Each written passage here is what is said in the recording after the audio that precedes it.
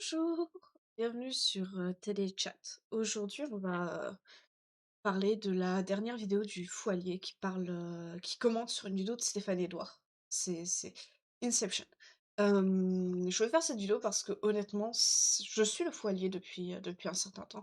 Et cette vidéo-là de Stéphane Edouard m'a vraiment, genre, choquée au plus haut point.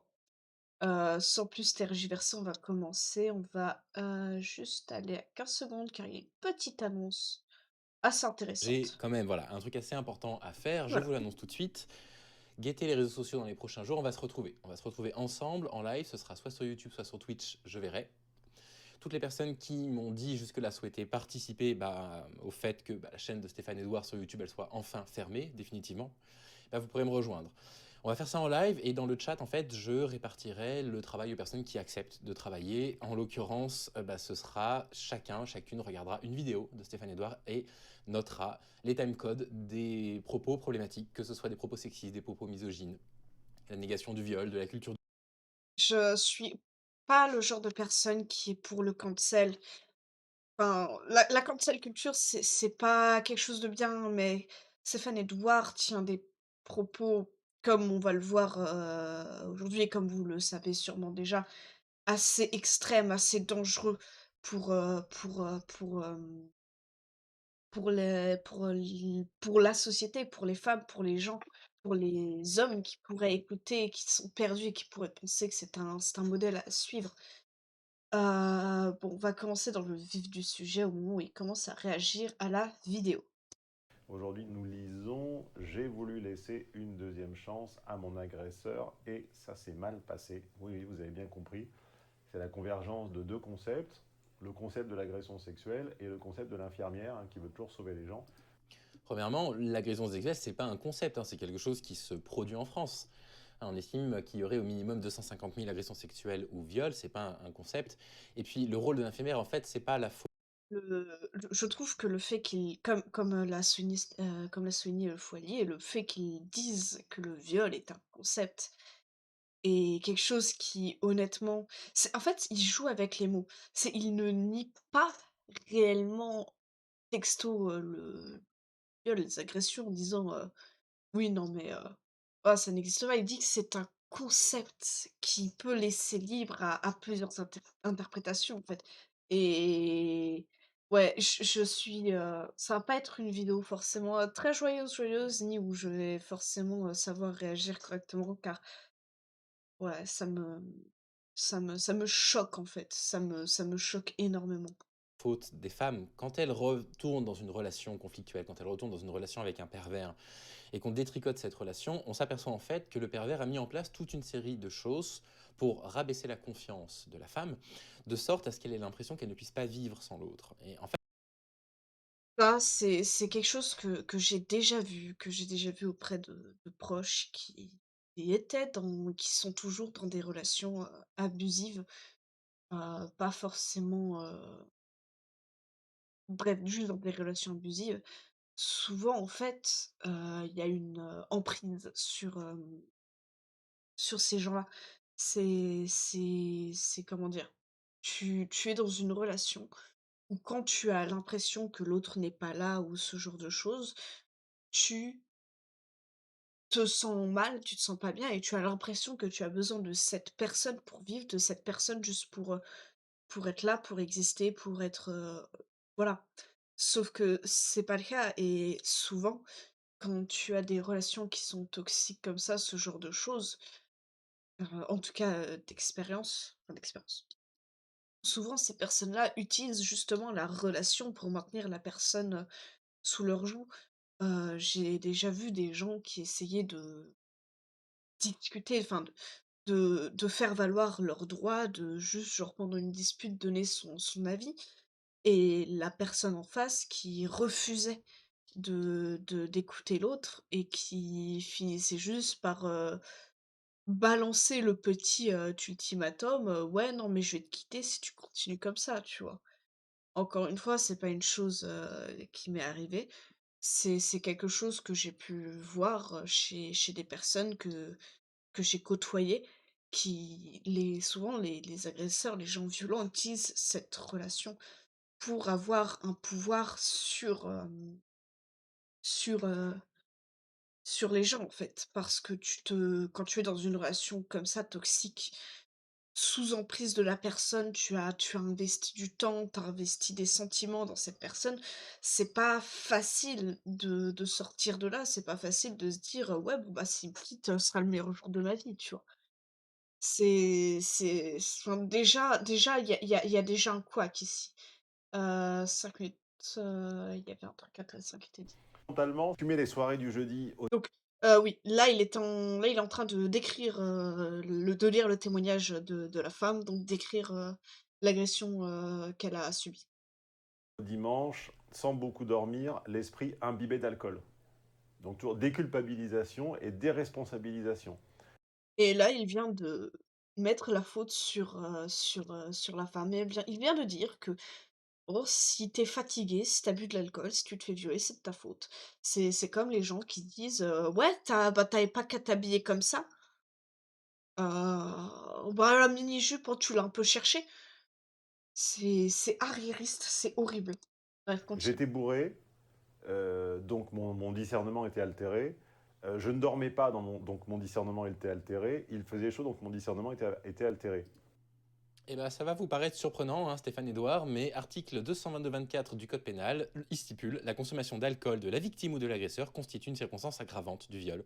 Donc ça ne la rend pas responsable, c'est pas elle qui est responsable, c'est le violeur qui est encore plus coupable.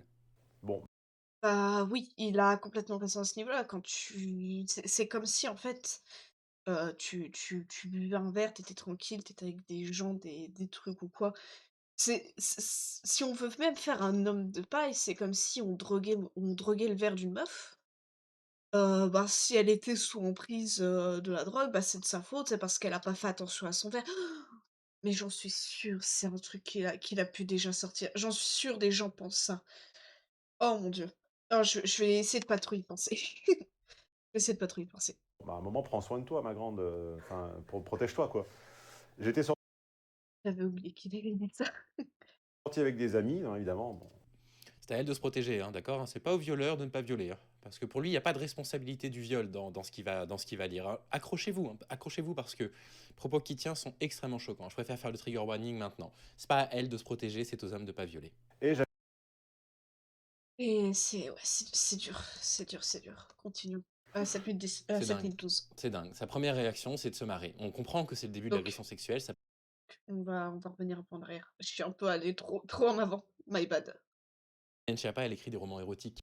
Léger, hein, d'accord, hein. C'est pas au violeur de ne pas violer, hein. Parce que pour lui, il n'y a My pas de bad. responsabilité du viol dans ce qu'il va lire, hein. Accrochez-vous, hein, accrochez-vous parce que les propos qu'il tient sont extrêmement choquants. Je préfère faire le trigger warning maintenant. C'est pas à elle de se protéger, c'est aux hommes de pas violer. et j'avais rencontré ce garçon au détour d'une danse. Nos regards s'étaient croisés. Je m'étais senti immédiatement en confiance, alors qu'il m'avait enlacé de ses larges épaules. On avait beaucoup discuté de tout et de rien. Elle se délectait de cet instant, blablabla. C'est encore moins bien écrit que du Marianne Chapa. C'est juste méchant, là, ce qu'il vient de dire, mais c'est pas grave. Bref, continuons. Euh, Ouais, comme n'importe quel roman érotique, des relations. Brutalement, et il m'a dit presque comme un ordre, tourne-toi. Donc là, il y a le début de la description de l'agression sexuelle. Et regardez la réaction de Stéphane Edouard. c'est honteux. C'est dingue. C'est honteux. C'est dingue. Sa première réaction, c'est de se marrer. On comprend que c'est le début de l'agression sexuelle. Sa première réaction, c'est de se marrer. Donc là, évidemment, qu'est-ce que tu fais? Tu t'exécutes, j'ai envie de dire. Bon, bah, moi, je ne sais pas si je m'exécute. En tout cas, elle s'exécute. C'est à cet instant que les choses ont dérapé. Bah, je ne sais pas pourquoi ça. Enfin, à un moment, tu exécutes quelque chose qui est un signe de soumission. Et alors, si tu t'exécutes dans un signe de soumission, comme tu le dis, ça ne justifie pas un viol, ça ne justifie pas une agression. C'est aberrant. Où ça dérape. Pour le mec, ça veut dire oui.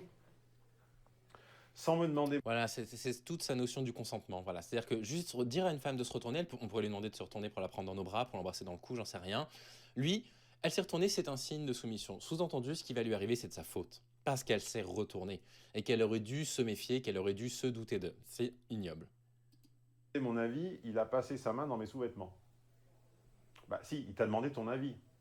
Tourne-toi, c'est une question rhétorique. C'est pas une question rhétorique. Si tu demandes à quelqu'un de se retourner, c'est pas une proposition de quoi que ce soit, en fait. Quand tu je ne comprends même pas sa logique et c'est terrifiant. Ça me terrifie. Tu ne peux pas, genre, juste dire que demander à une femme de se retourner, c'est un signe de consentement parce que c'est pas le cas quand enfin, oh mon Dieu, bref. Voilà, tourne-toi, c'est une question rhétorique, on est en plein dans la zone grise du viol que je dénonce chez Stéphane Edouard. Il est tout le temps dans la zone grise du viol, Stéphane Edouard. Pour lui, ah bah, il peut pas y avoir d'agression sexuelle. Il a dit tourne-toi, elle s'est tournée, il met une main dans ses sous-vêtements, eh bah voilà. C'est pas une agression, t'as donné ton consentement. Je veux dire, il est complètement hors sol ce mec, hein. C'est-à-dire, sortir de la boîte était une acceptation, s'isoler était une acceptation. Et exactement, c'est une acceptation. C'est céder à des demandes. C'est pas forcément ça consentir. Et peut-être qu'elle consentait au départ, je sais pas, à un truc un peu romantique. Peut-être qu'elle consentait à être séduite. Mais tourne-toi ne veut pas dire mets ta main dans ma culotte. Ça veut pas dire ça, Stéphane Edouard. Vous êtes vraiment une personne dangereuse, hein. Mais évidemment, la féministe qui va revenir rétrospectivement sur l'histoire va avoir beau jeu de dire ah, je n'ai jamais accepté. Voilà, c'est-à-dire qu'en Bah oui, c'est-à-dire que comme il dit et je sens, l'argumentaire après, c'est il va dire: «Oui, tu as accepté à plein de choses avant, donc tu es obligé d'accepter ça». C'est pas le cas. Quand tu acceptes quelque chose, quand tu acceptes d'aller à un rendez-vous avec quelqu'un, tu acceptes d'aller à un rendez-vous avec quelqu'un. Quand tu acceptes d'aller t'isoler pour voir la vue, pour aller sur un banc, pour aller où quoi que ce soit, tu acceptes à ça, tu n'acceptes pas à une relation sexuelle. La personne n'a pas eu de la personne qui s'est fait violer n'a pas eu n'a pas donné ne serait-ce qu'un signe d'acceptation. C'est elle s'est retournée, c'est pas un signe de ça, c'est tu demandes un consentement explicite, surtout si c'est la première fois que tu vois cette personne, en fait. C'est aberrant, c'est aberrant. En fait, c'est ce qu'il y avait dans son document que j'ai partagé hier, la source elle est là. Lui, il dit, en fait, c'est évident que c'était un consentement, et en fait, les femmes derrière, elles vont revenir pour réécrire l'histoire. C'est-à-dire, en fait, il nie complètement la possibilité qu'une femme ait vécu ça comme une agression sexuelle. Il nie le fait que, bah, une main dans les sous-vêtements après que quelqu'un ait dit tourne-toi, ce soit une surprise. Une surprise, c'est ce qui peut caractériser un viol, par exemple. Un viol n'a pas une agression sexuelle, un viol. Un viol, c'est un rapport consenti, c'est une pénétration qui n'a pas été consentie par le sexe, par n'importe quoi, par un objet, par les doigts, par absolument n'importe quoi, qui n'est pas consenti. Et consenti, il faut l'entendre comme librement, mutuellement désiré. Librement désiré. En médecine, on parle de consentement libre et éclairé, on pourrait presque en parler là. Et donc voilà, donc là, il y a la négation, en fait, de ce que c'est que ce type de viol. Stéphane Edouard, pour lui, ça n'est pas un viol. Hein. L'accord de l'accouplement, il est tacite et il vient en fait d'une succession d'accords croissants tacites. Non. Non, pas du tout. En fait, l'accord, il peut se montrer par l'attitude non verbale, par exemple. C'est pas parce qu'on a accepté des choses en amont qu'on accepte tout. Ce que Stéphane Edouard vous dit là, c'est qu'en fait, si vous avez accepté de discuter, de danser avec quelqu'un, en fait, vous avez déjà consenti. Vous avez déjà consenti à un rapport sexuel. Et si vous ne le désiriez pas, comme vous avez déjà commencé à consentir, vous avez consenti sur tout. C'est ça ce qu'il est en train d'expliquer, Stéphane Edouard. C'est qu'en fait, vous ne pouvez pas retirer votre consentement. Vous n'avez pas le droit de ne pas être violé. Vous n'avez pas le droit de ne pas être violé. J'aimerais vraiment attirer votre attention sur le passage suivant. Alors écoutez bien, parce que là, Ouais. c'est pour les imbéciles comme nous.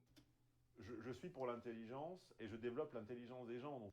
Oh, merci, hein, en expliquant que être pénétré par surprise, c'est pas un viol, tu développes l'intelligence des gens. Oh, punaise, le tout. Développe plutôt la connerie, j'ai envie de dire. J'aime pas être dans la méchanceté gratuite, mais ça me prend vraiment aux tripes, j'ai envie de dire, à ce niveau-là. Continue. Fait du gars, hein. Sur le moment, je n'ai pas su comment réagir. Oui, il me plaisait, mais je n'avais pas vraiment envie d'entreprendre des rapports de ce genre. Quel genre bah, on peut se laisser aller à le penser, mais en tout cas, tu ne nous le dis pas. À 6 Non, mais tu le fais exprès, Stéphane. Elle a pas envie qu'on la doite en public à 6 heures du matin, alcoolisée. Enfin, je veux dire, c'est l'évidence même. heures du matin dans un lieu public. En général, quand tu es encore avec un homme à 6 heures du matin, c'est un énième accord tacite. Prenons ça autrement, Stéphane Edouard, si tu te retrouves avec un homme à 6 heures du matin, c'est peut-être ton pote. Est-ce que c'est un accord tacite pour que cet homme te viole? Pour que cet homme t'agresse? Non. C'est pas parce qu'on est une femme et qu'on est à 6 heures du matin avec un homme que c'est un accord. Tu peux être à 6 heures du matin avec un homme parce que ça t'intéresse, parce que cette personne est intéressante, parce que tu as envie d'apprendre à la connaître, mais ce n'est pas un consentement. Prenons mon cas, «personnel» entre guillemets, si je m'intéresse à quelqu'un, je peux passer des heures avec cette personne. Imaginons, fin de soirée, 6 heures du matin, toujours avec cette personne, mais je ne suis pas le je ne suis pas le genre de personne à vouloir coucher dès le premier soir. Je ne dis pas que c'est quelque chose de négatif, chacun fait ce qu'il veut, mais moi je sais que, en tout cas de mon côté, ce n'est pas quelque chose que j'apprécie faire. Donc je peux rester avec quelqu'un jusqu'à 6 heures du matin sans avoir de relations sexuelles. Je trouve ça honteux, mon Dieu. Vous voyez, voilà. En fait, si les filles, je vous le dis, voilà, si vous êtes avec un homme à 6 heures du matin, c'est un accord tacite pour qu'ils mettent leurs mains dans votre culotte. Ok. Je n'avais même pas envisagé de m'engager dans une quelconque activité sexuelle avec lui. Menteuse. Vous entendez? Waouh! Menteuse. Elle vous dit je n'avais pas envie de sexe à ce moment-là, menteuse. Le consentement même n'existe pas pour Stéphane Edouard. Vous l'entendez dire ça? Une femme dit je n'ai pas consenti à ce moment-là et il répond menteuse. Donc j'ai le droit de t'imposer un rapport sexuel parce que tu m'as donné toute une série de consentements tacites avant. Je vais aller à 12 minutes, 20 et quelques. Prendre au pot, mais quel enfer ce mec. Oh, bon, on va passer ce passage-là, je pense que j'ai rien à rajouter. Tu vois, et entre. Chacun va gentiment rentrer et on va se revoir. Tu vois. Mais non, on peut pas. On subit sans être capable, si tu veux, de décider ce qui est bien pour sa propre salubrité. Par contre, on n'a qu'un droit de vote et on peut décider de la salubrité du pays. C'est toujours un problème d'âge de la majorité. Quand tu n'es pas à même de prendre les décisions visant à protéger ta propre intégrité et salubrité, pourquoi tu es à même de décider ce qui est bon pour tes compatriotes? Donc là, il est en train d'expliquer que si vous avez été violé dans votre vie, c'est parce que vous n'avez pas été à même de prendre des décisions pour votre sécurité, votre salubrité. Il dit, il ne sait même pas ce que ça signifie. Donc vous ne devriez pas avoir le droit de vote. Voilà, voilà. Cette phrase est tellement problématique sur tellement de points, je trouve ça juste aberrant, en fait. Ces propos sont aberrants, sont horribles. Je vais avancer un peu. Et donc, il n'y a pas d'agression. Et donc, il n'y a pas d'agresseur. Et donc, il n'y a pas de crime. L'idée de l'accouplement sauvage en extérieur est très valorisée. Bon, dans les faits, c'est pas agréable, mais à la limite, c'est pas moi qui j'y suis pour rien, tu vois. L'idée d'un rapport sexuel en extérieur est très valorisée. Je ne sais pas. Je ne sais même pas d'où ça sort, en fait. Je ne sais même pas d'où sort cette énormité. La seule possibilité pour se défendre à ce moment-là, c'est de créer une cassure, de dissocier la personne que l'on est et la personne qui souffre. Donc là, on parle de dissociation traumatique dont Marie Lafont parle, dont Muriel Salmona parle. C'est un truc qui est bien connu des tribunaux.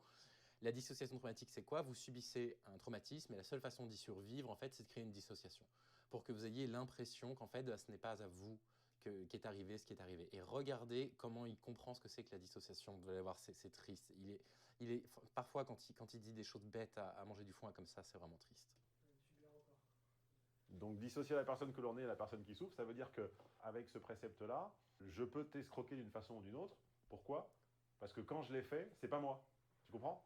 Voilà, c'est-à-dire qu'en fait, lui, Et c'est des propos, en fait, qui me choquent. Je ne sais même plus quoi dire, en fait, à ce niveau-là. Il est en train de responsabiliser la femme qui vient de se faire violer. Il vient de dire que si elle s'est fait violer, c'est comme si dans son truc, c'est comme si c'est elle qui faisait subir à l'homme son rapport sexuel. C'est horrible. en fait, vous devriez vivre sous tutelle. Si vous n'avez pas été capable de dire non à votre violeur, c'est que vous n'êtes pas responsable, vous devez vivre sous tutelle. Stéphane Edouard. Le reste de la matinée se passa relativement correctement. On a continué à discuter, à s'embrasser et à s'enlacer dans la rue. Donc là, le traumatisme était tel, si tu veux. Ça la fait marrer. Elle vient de se faire agresser sexuellement, elle vient d'être violée, ça le fait marrer. C'est ça, Bah oui, quoi. c'est le principe de la dissociation traumatique. C'est qu'à partir du moment où tu te dissocies, au moment de l'acte, tu te dissocies complètement, et puis bah, après, tu reviens à toi-même et parfois, tu oublies ce que Muriel Salmona appelle l'amnésie traumatique. Je vous recommande. Et c'est quelque chose, et je pense qu'il a raison à ce niveau-là, c'est quelque chose en fait qui impacte, c'est quelque chose qui est pas forcément connu, tu vois. Quand quelqu'un se fait agresser, qu'après cette personne est, entre guillemets, continue de discuter avec son agresseur, quoi qu'il arrive ou quoi, juste après s'être agressée, c'est pas un signe qu'elle a consenti. Et je peux comprendre que c'est quelque chose qui puisse, Poser des questions qui puissent, que certaines personnes ne puissent pas comprendre. C'est pas quelque chose qui est facilement, que qu'on peut facilement comprendre parce que c'est pas quelque chose que tout le monde se retrouve face à ça ou que tout le monde vit ça. Mais quand tu y réfléchis, quand tu lis, quand tu sais comment ça se passe, en fait, quand tu sais que cette personne se dissocie pour survivre à ça, en fait, c'est quelque chose de c'est horrible ce qu'il dit, en fait. Il désinforme, il fait de la désinformation. C'est aberrant. Après je parlerai vite fait de mon cas personnel. Je parlerai pas de ça en longueur, c'est pas je suis pas là pour parler de ça, en fait. On est là bref. Alors là, c'est l'insulte ultime, c'est quand tu viens de te faire tringler et le tringleur t'embrasse sur la joue. Donc elle vient pas de se faire tringler, elle vient d'être violée, en fait, Stéphane Edouard, et ensuite de ça, un bisou sur la joue, ben, je ne sais pas, c'est de la tendresse. C'est C'est laisse tomber. incroyable, mais On va aller oh à là là 17 là là minutes. là là là. Je veux que je vous dise, pour vous, un bisou sur la joue, quelque chose comme ça. Ça veut quand même dire que tu es réduite à ta fonction fornicatrice, quoi. Oh là là là là là là là. Waouh! Je vais même pas rebondir là-dessus. Après ça, j'ai plus jamais entendu parler de lui. Donc c'est dire à quel point tu l'as marqué et tu lui as plu. J'étais déçu. Il l'a agressé sexuellement, il l'a violée, et lui, il ironise en disant ah bah là, tu l'as vraiment marqué, hein. À quoi? Pauvre mec. Ah oui, j'envisageais naïvement que cette rencontre était le début d'une relation plus suivie. Donc en fait, c'est là que tu comprends la logique de la meuf, qui était qu'elle a décidé rétrospectivement que c'était un viol quand le type a pas voulu la revoir. Tu comprends? Voilà. Elle n'a pas décidé rétrospectivement que c'était un viol parce que le type n'a pas voulu la voir. Il faut arrêter de dire ça. Cette personne s'est fait agresser, cette personne s'est fait violer, elle n'a pas consenti à se faire toucher. Ce n'est pas qu'elle l'a décidé après, c'est que pour sa santé mentale, elle a refusé, elle s'est dissociée, en fait. Elle a juste genre enfin, c'est horrible. On va laisser le foyer Voilà, c'est parler ça. de Donc en ça. fait, elle décide que c'est un viol simplement pour lui faire du mal. Simplement pour se venger du fait que le type n'a pas voulu la revoir. Déjà, on ne sait pas si le type n'a pas voulu la revoir. Lui, il en déduit ça parce qu'il y a eu un bisou sur la joue. Donc, bah, pardon, mais en fait, c'est encore une autre imbécilité qui est proférée. Puis en plus de ça, bah voilà, encore une fois, il y a une négation absolue du ressenti de la victime. Il l'aurait rappelé et ils auraient entamé une relation. Tout à coup, cet épisode du banc aurait été réécrit de façon bucolique, passionnelle, animale et Mais quand une femme n'a pas la grille de lecture, Stéphane Edouard, quand elle subit une agression sexuelle, un viol, imaginons que ce soit répété. Quand elle n'a pas la grille de lecture, qu'elle n'arrive pas à savoir en quoi ce qu'elle vit est anormal, bien sûr qu'en fait, elle essaye soit de cacher en fait ce qui se produit. Moi, ça a été le cas avec mon amie. Elle m'a longtemps caché en fait ce qui se passait. Et quand elle a la grille de lecture et qu'elle comprend enfin ce qui lui est arrivé, eh ben oui, effectivement, il y a une compréhension de ce qui s'est passé. C'est pas une relecture de ce qui s'est passé, c'est une compréhension profonde des violences sexuelles que cette femme a subies. Et Absolument. je ne comprends pas en fait ce qui contredit dans cette vidéo-là. En fait, il nous dit simplement dans cette vidéo-là que bah ça c'est pas un viol, que ce qui est décrit là n'est pas un viol. donc l'esprit occulte ce qu'il veut quand il veut. Non, l'esprit il occulte les moments extrêmement violents. Ça a été décrit aussi par des victimes du Bataclan. C'est décrit par toutes les personnes qui subissent des situations traumatiques dans leur vie. L'esprit n'occulte absolument pas ce qu'il veut. L'esprit occulte. J'aimerais parler un peu de vite fait de ma vie. Enfin, en très grande ligne. L'esprit occulte les choses traumatisantes. J'ai un syndrome de stress post-traumatique dû à certaines choses dont je ne parlerai pas forcément sur cette chaîne, ni plus en détail.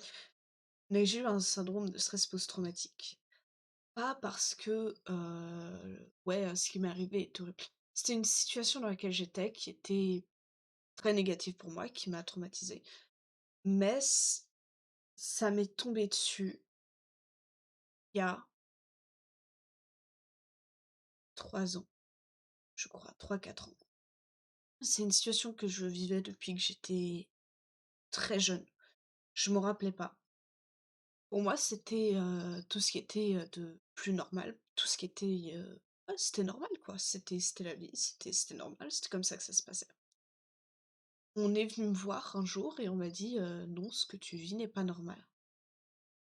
Et en fait, à ce moment-là, je me suis rendu compte qu'en effet, ça ne l'était pas et ça c'est le moment où, en fait, tu te manges tout le poids de, de ce qui s'est passé, en fait, en une seule fois sur toi. Et à ce moment-là, j'étais ouais, c'était ça m'est tombé dessus, quoi. Et et c'est là qu'en fait, les mots viennent. C'est à partir de là que tu peux dire ce qui s'est passé. C'est pas sur le moment même, c'est plus tard que ça peut se passer. Bref, continuons. Oh mon Dieu, j'ai la voix qui tremblote. Tac tac. Bien directement après coup m'être sentie très mal et honteuse. Oui, tu étais cul nu. Euh, Donc là, elle est en train d'expliquer son mal-être par rapport à la situation et ça le fait mourir de rire. T'étais cul nu, si tu veux. Donc je vais pas vous laisser le passage parce que c'est très insultant. En fait, il se moque de son viol. Et il raconte son viol en s'en amusant, en prétendant qu'en plus elle n'a pas été violée. Je C'est n'arrivais aberrant. pas à lui en vouloir, je m'en voulais plus à moi-même. C'est le comment dire? C'est s'en vouloir à soi-même après une agression, c'est genre dans les mécanismes. Si on te fait te sentir sale, on te fait te sentir, mal parce qu'on te dit: «Oui, non, mais tu aurais dû dire non». Tout le monde te fait te sentir ça, c'est la culture du viol, en fait. C'est pas normal que les victimes se sentent, coupables, en fait, d'avoir subi ça. Je vais passer un peu, je vous conseille honnêtement d'aller voir la vidéo de du Foyer, c'est une excellente vidéo. Je ne lui fais clairement pas honneur en lisant ça, mais je voulais partager, je voulais en parler parce que c'est immonde ce qui s'est passé. Ici, on nous dit qu'on peut en plus caractériser la surprise par le fait que la victime soit inconsciente, endormie ou en état d'alcoolémie. Donc on est complètement dans la définition du viol, Stéphane Edouard. Vous avez beau le renier, on est complètement dans la définition du viol. Après tout, pourquoi ne lui ai-je tout simplement pas dit non? Donc là, comme elle n'a pas, comme elle n'a pas la réponse à cette question, puisque la réponse à cette question, la vraie réponse, Ça, j'avais pas pensé. c'est j'ai été conne. C'est insultant pour toutes les femmes et toutes les victimes de violences sexuelles, d'agressions, de viols, ce genre de choses. C'est insultant, c'est juste une insulte. Je vais m'arrêter là parce que je pense pas avoir grand-chose à ajouter. Je vous conseille de regarder, la vidéo du Foyer. Je l'ai mis en description. Je vous conseille en fait de le faire parce que c'est une honte en fait. C'est horrible, ce que cet homme dit, ce que cet homme apprend aux gens en fait, c'est bref. Ouf! Pardon, excusez-moi, ça m'a un peu pris par les sentiments. C'est un sujet compliqué, heu, pour moi de parler donc bonne journée à vous, n'hésitez pas à aller sur mon Twitter ou sur tout ce que vous voulez. Si vous voulez faire des suggestions d'articles aussi, n'hésitez pas, envoyez-moi, ça en DM Twitter ou quoi que ce soit. Je réponds toujours quoi qu'il arrive aux commentaires. Allez, bonne journée.